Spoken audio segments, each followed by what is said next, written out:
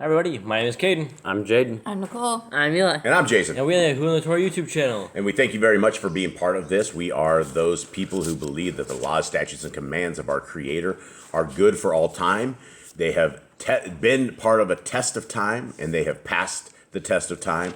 And it is something that we should apply to our lives and to our hearts and to our families and to our minds and to everything that we do. And we also believe that the Son of the Most High, his name is Yahushua. There were no J's in Hebrew. And so his name was Joshua with a Y, and it doesn't matter how many people have changed it. 1611, the king changed it to Jesus. Before that, it was Isis, and a Hebrew's man would never be called that. So if we're looking for the correct name of the Son of the Most High, his name is Yahushua. And if you were talking about the Christ, the Mashiach, he is Yahushua HaMashiach.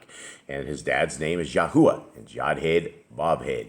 Yod-Hed, Wabhev is how we do it, and some do it with Yehovah with a V, and some do it with the W, Yahuwah or Yehovah, and it's still, those are probably incorrect because those are still English letters, and his name was not in English, and so best we have is close to Yahuwah.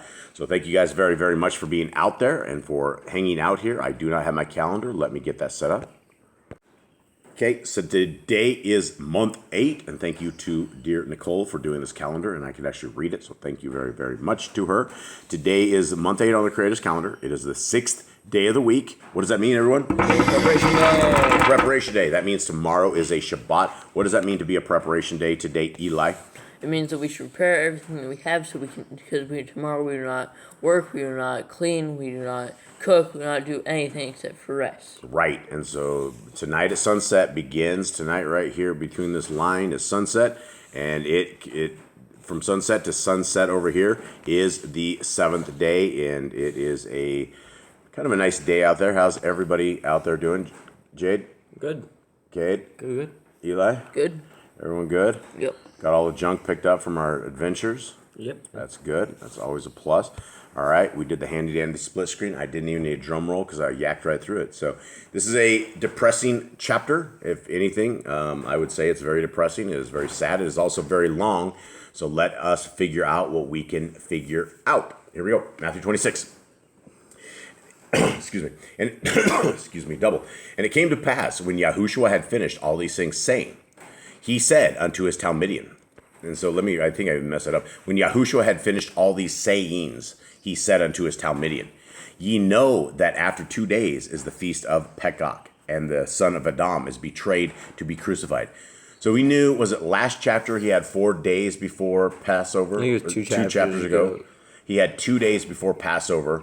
So we are basically 1 day, or we are in the same day that he is going to be, basically they come and they beat him up and start torturing him. So he basically tells everybody, I'm about to be betrayed. And so I would imagine as a human being or walking as a human being, you're going to start dealing with a lot of problems here, a lot of stuff. We saw that in the last chapter where he wanted to pray. Or was that in this chapter?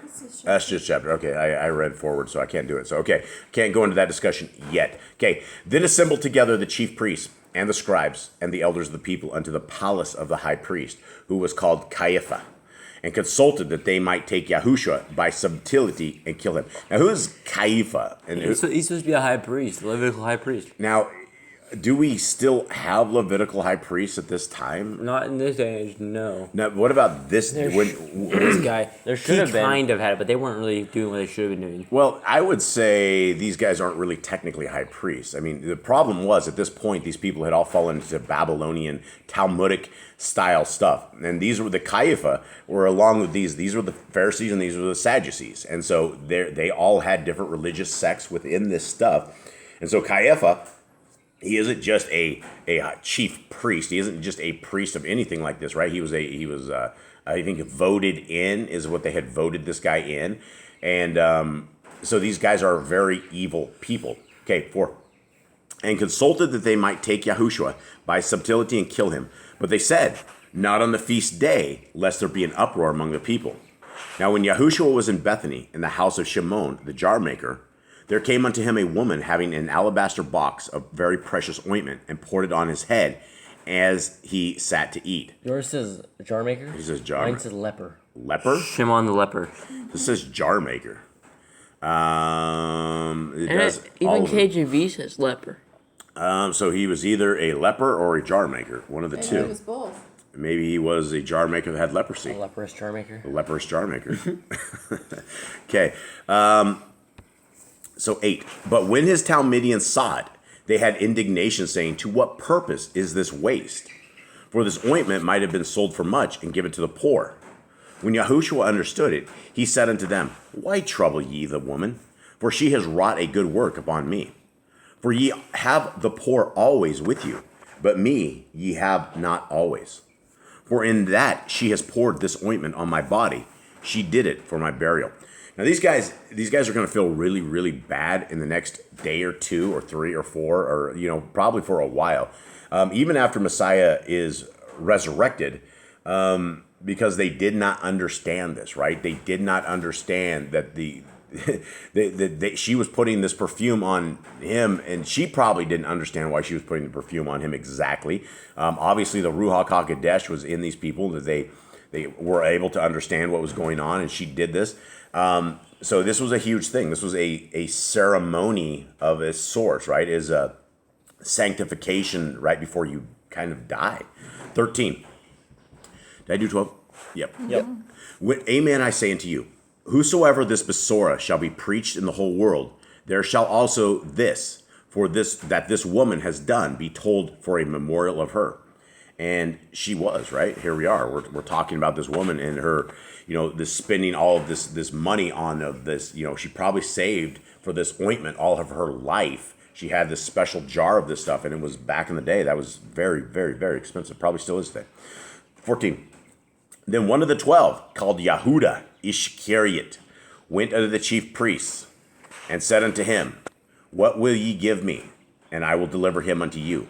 And they covenanted with him for 30 pieces of silver. And Nicole, how much is that? Mine says about $21.60. $21.60. I gave up Yahushua This for man $20. gave up our king. This man gave up our Messiah. A little more than a sandwich. What was it, like 10 chapters ago or something? Messiah says, what would a person, what would the cost of your soul be? How much more is it? This guy gave up his soul for $20. $20, guys. Okay, 16. And from that time, he sought opportunity to betray him. But before the feast of Matzah drew on, the Talmudian came to Yahushua, saying to him, "Where will you that we prepare for you to eat the Pesach?" Okay, again, for all the Christians that are out there, our Messiah is keeping a Passover. He's keeping a holy feast, right? There is no new doctrine. There is no new way of salvation. There is no new way of anything. The new covenant involves a Melchizedek priest. It involves Messiah Yahushua as the perfect lamb, and also our orchestrator of that as the high priest. And this is crazy, right? He's keeping feasts. Does anyone else have anything on that?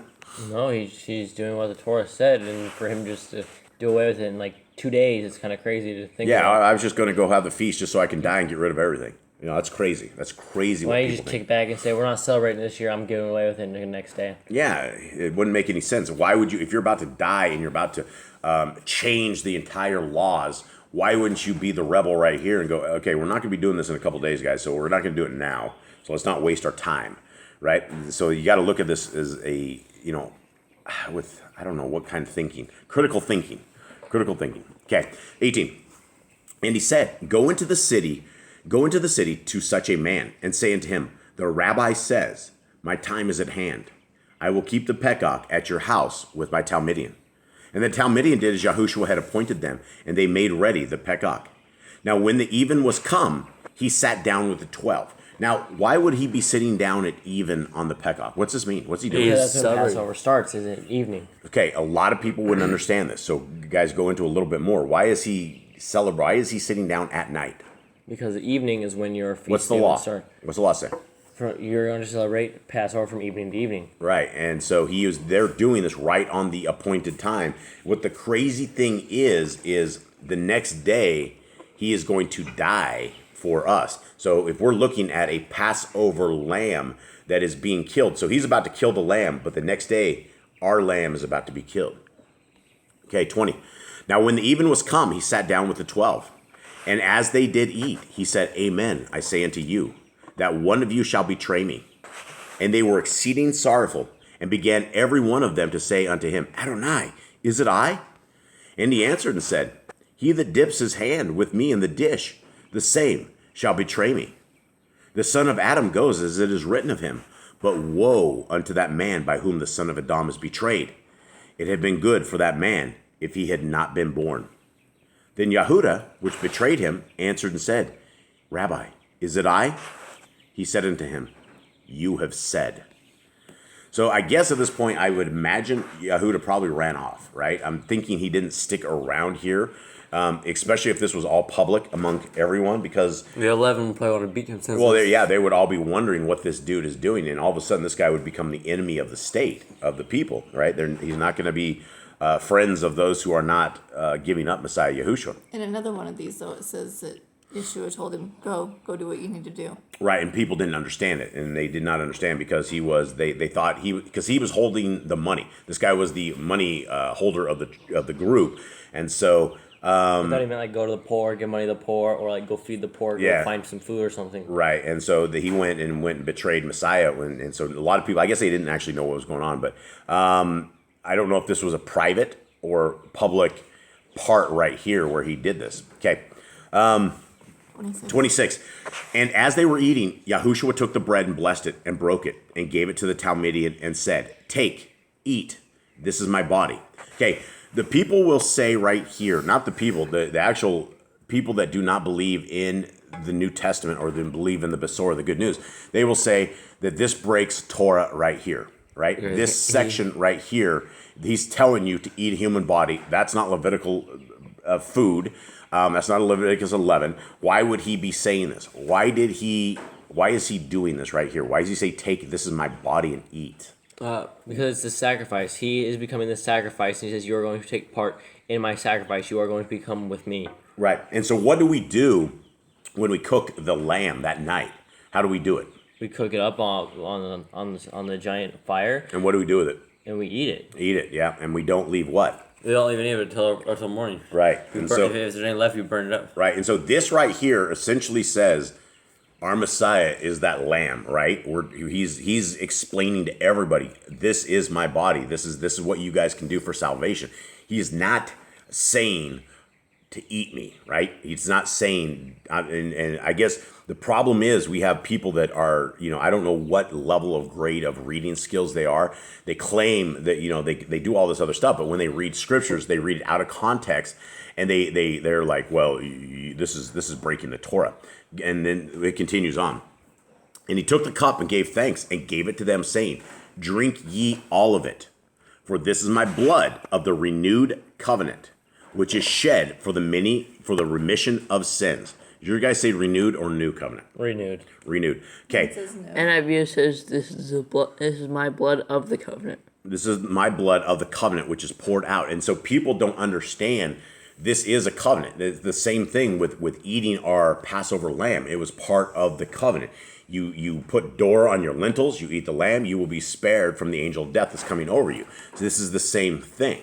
You said door on your lentils. Door on my lentils. Blood on the lentils, yeah. Sorry. Go. Thanks. Thank you. Good to have you back, Nicole. I keep messing up. Okay. So this is, and then he goes on, for this is my blood of the renewed covenant, which is shed for many for the remission of sins. But I say unto you, I will not drink henceforth of the fruit of the vine until that day when I drink it anew with you in my Father's kingdom. So for those who think he was drinking blood, he clearly says he's drinking wine, right? Right. I will not drink henceforth of the fruit of the vine until the day when I drink it anew with you in my Father's kingdom. Okay, what does that mean? That means he's not going to drink wine until we all get with him? Do you think he had wine? There might be food up in heaven. Angels might eat as well. There's absolutely food in heaven. I am convinced there is food and drink in the Shamayim. I think it's going to be better than the stuff we have here, and it won't be laden with GMOs. Okay, so is the question I have is when he comes back and he hangs out with them in Acts, or he hangs out with them like not in Acts. I mean, it's like it is an Acts. Yeah, right? it's the end of John, I think, the beginning of Acts. Did he drink here, or is this actually in the Father's kingdom, or once he dies, is the Father's kingdom plan been been here and he Well, drank it then. we know he ate fish. We know he ate fish with them. So, Yep. but it never specifically says he drank wine. But we do know he did eat, so he probably drank some water too. Yeah, so this is a very good, interesting question, I suppose. Okay, 30. And when they had sung a hymn, they went out into the Mount of Olives. Can you imagine that hymn those guys were singing with Messiah Yahushua? That would be just crazy to hear that. Then said Yahushua unto them, all ye shall be offended because of me this night. For it is written, I will smite the shepherd, and the sheep of the flock will be scattered abroad. And was that Isaiah? Oh, Zechariah 13:7. 32. But after I am risen again, I will go before you into Galilee. Kepha answered and said unto him, though all men shall be offended because of you, yet will I never be offended. Yahushua said unto him, Amen. I say unto you, that this night before the cock crow, you shall deny me thrice.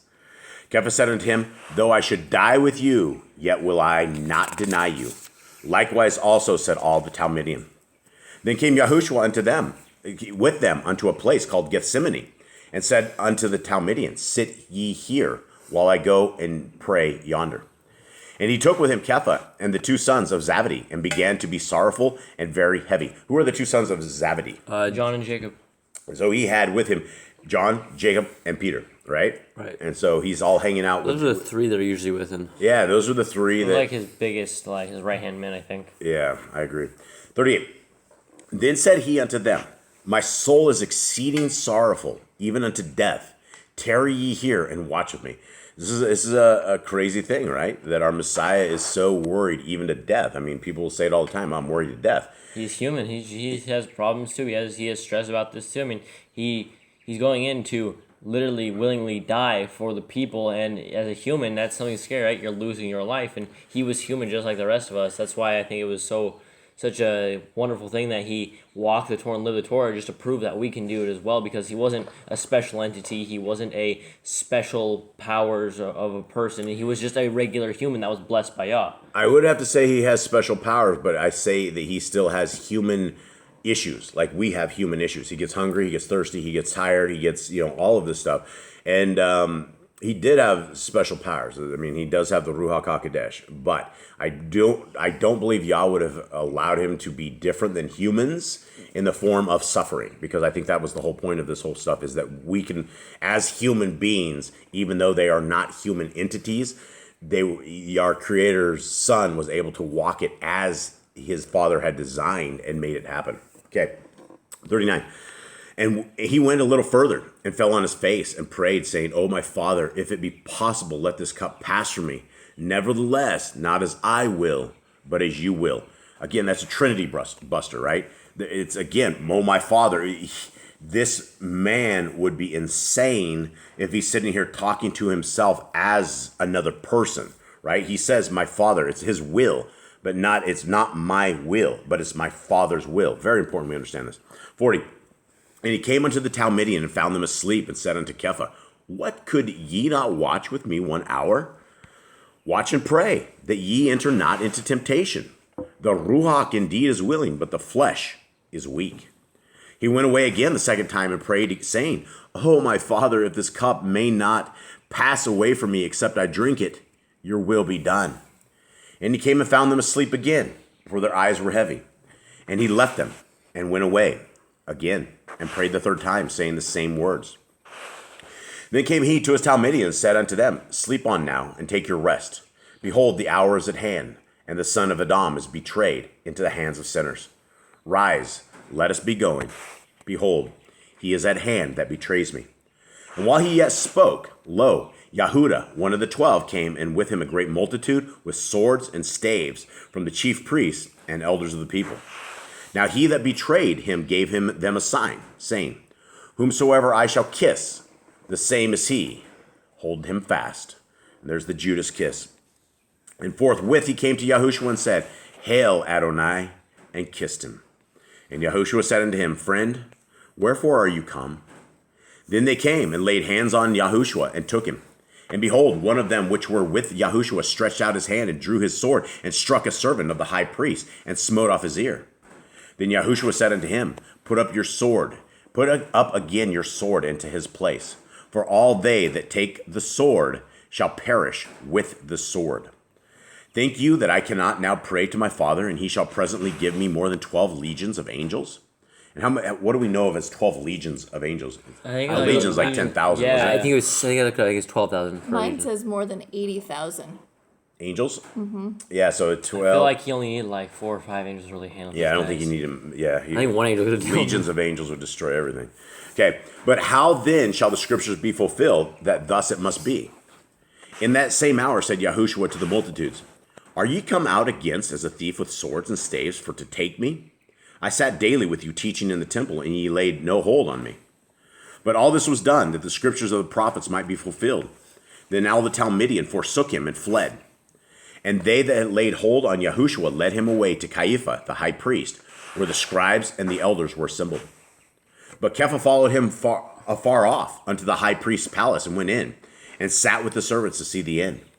Now the chief priests and the elders and all the council sought false witness against Yahushua, to put him to death, but found none. Yea, though many false witnesses came, yet found they none. At the last came 2 false witnesses, and said, This fellow said, I am able to destroy the temple of Elohim, and to build it in 3 days. Now, what did he actually say? He said the temple of Elohim will be broken down, and he will rebuild it in 3 days. Yeah, did he say he's going to destroy the temple? No. No, they are. Yeah, they said that. So these guys were liars. And so, False witnesses. yeah, again, more false witnesses, liars. I bet they're like really regretting these decisions nowadays. And the high priest arose and said unto him, Answer you nothing? What is it which these witnesses against you? But Yahushua held his peace, and the high priest answered and said unto him, I adjure you by the living El that you tell us whether you be Hamashiach, the son of Elohim. Okay, so here it is again, the Trinity Buster, right? Over and over and over again. Is our Mashiach a filthy liar, right? No. Is he a liar? No. Yahushua said unto him, You have said, Nevertheless, I say unto you, hereafter shall ye see the son of Adam sitting in the right hand of power and coming in the clouds of heaven. Okay, if he's sitting on the right hand, who is at the main? Yahuwah. Yeah, well, that's the thing, right? That's the thing people don't get. And the Catholics literally will tell you that Yahuwah recreated himself as himself, called himself his son, and his son that is not his real son, but is actually him, is seated on the right hand of the throne. Can you imagine this? A lot of work goes into that. It's insane. That is literally what their doctrine says. I think it'd be easier to have a son and call him son. Or why lie to us? If you're telling us, number one, your weights and measurements must be right. You don't want to be a liar. Liars will not inherit the kingdom of heaven. All of a sudden, the guy that's telling us this is a filthy liar. We've been tricked and deceived. That sounds insane. 65. Then the high priest rent his clothes, saying, He has spoken blasphemy. What further need have we of witnesses? Behold, now ye have heard this blasphemy. What think ye? They answered and said, He is guilty of death. Then they did spit in his face and buffeted him, and others smote him with the palms of their hands. What does your guys say for buffeted him? They beat him. Slapped him. Mine says he was struck with fists and some slapped him. Wow. You can imagine doing that to the Son of the Most High. Crazy. Okay. They said, saying, 68, Prophesy unto us, Mashiach. Who is that he that smote you? Now Kepha sat without in the palace, and a damsel came unto him, saying, You also were with Yahushua of Galilee. But he denied before them all, saying, I know not what you say. And when he was gone out into the porch, another maid saw him, and said unto them that were there, This fellow was also with Yahushua the Nazarene. And again he denied with an oath, I do not know the man. And after a while came unto him they that stood by, and said to Kepha, Surely you are one of them, for your speech bewrays you. And yours to say bewrays is an interesting word. Give you Bewrayeth away. thee. Your accent gives you away. Yeah, bewrayeth thee is how the king says it. 74. Then began he to curse and to swear, saying, I know not the man. And immediately the cock crew. And Kepha remembered the word of Yahushua, which said unto him, Before the cock crow, you shall deny me thrice. And he went out and wept bitterly. So I guess there's on the man Kepha, right? Kepha got scared, A lot of us, possibly in the world, is going to have the same stuff. We can all take up our Bibles, we can take up our swords and our armor, and we can say, we will never deny Messiah. We will never deny Yahuwah. We will never do it. We will stand firm. You had a man who walked with Messiah for years and years. On the night of his death, loyal as he was, he said, I will not deny you. And he denied him. Is that saying anything bad about Kepha? No. That's saying about human experience, that it is not too hard to scare the humans. When our lives are on the line and they saw the leader, his leader was taken up and was beaten in front of him, was in a room, you could hear them probably slapping him, and he didn't want any part of that. He's like, oh man, this isn't what it is. His faith wavered, right? If you truly believed that he was the Son of the Most High, your faith wouldn't waver. And so he was still dealing with some faith issues. His faith was still wavering. And so if this happened to Kepha, I promise you guys, everyone out there, this can happen to you. So this is where we need to not be worried about our physical bodies. We need to understand that from dust we came and dust we will go. We're not going to make it out of this alive, nor are we guaranteed this, and we shouldn't. The human endeavor is simply a test. It is simply a time. It's a resume. We have 120 years to get right with our Creator. He says we have 120 years for repentance. So in this years that we are out here, are we repenting? Are we getting on our hands and knees? Are we finding the faith of Messiah Yahushua? Are we getting the Torah into our life, into our families' lives, into our souls, everything? Or are we just going about it? Are we flipping on the TV, watching HBO? Or are we flipping on the video game console and playing video games? Are we losing track of the kingdom to come? Because the kingdom will come in a moment that we do not know. Like a thief in the night, like a bolt of lightning from the east to the west, it will come. And those who are not ready are going to be sitting there knocking on the door of the people who have oil in their lamps. And if you don't have oil in your lamps, if you do not have the Torah in your life, you do not have oil. You're going to be in darkness, and our Messiah, the bride, is going to come, and the bridegroom will come. We will not be ready. We will not be ready. And so this is a request that we all of us, as a people, as a family, a big, large family, that we seek our Creator where He is able to be found. We seek the kingdom where it is able to be found, and bring this into our lives. So with that, I believe I've gone on my soapbox long enough. Anyone else? Tomorrow is Shabbat. Get Yes. everything prepared today. For those that are new, Yes, and we are doing the live Shabbat on the same time we did it last week. So for those of you who were an hour early, we are super, super sorry. We probably didn't get the message out. We're 1 hour later than we were several weeks ago. So we just bumped it up 1 extra hour, trying to get a couple other folks in, and hopefully you guys can join us. We have a very fun ecclesia. For the most part, the nature works out well for us, and hopefully it'll work out tomorrow. No hurricanes on the horizon, and with that, I hope you guys... Hopefully our internet doesn't die. Yeah, hopefully our internet doesn't die again, and we have to deal with things of this nature. Hasatan is always trying to stop the message from getting out, and we are always continuing on with everything we can do. So thank you guys very, very much for being part of our family, for being a part of this ecclesia, and I hope you have a wonderful preparation day, and we will see you tomorrow on Shabbat. Shalom. Shalom.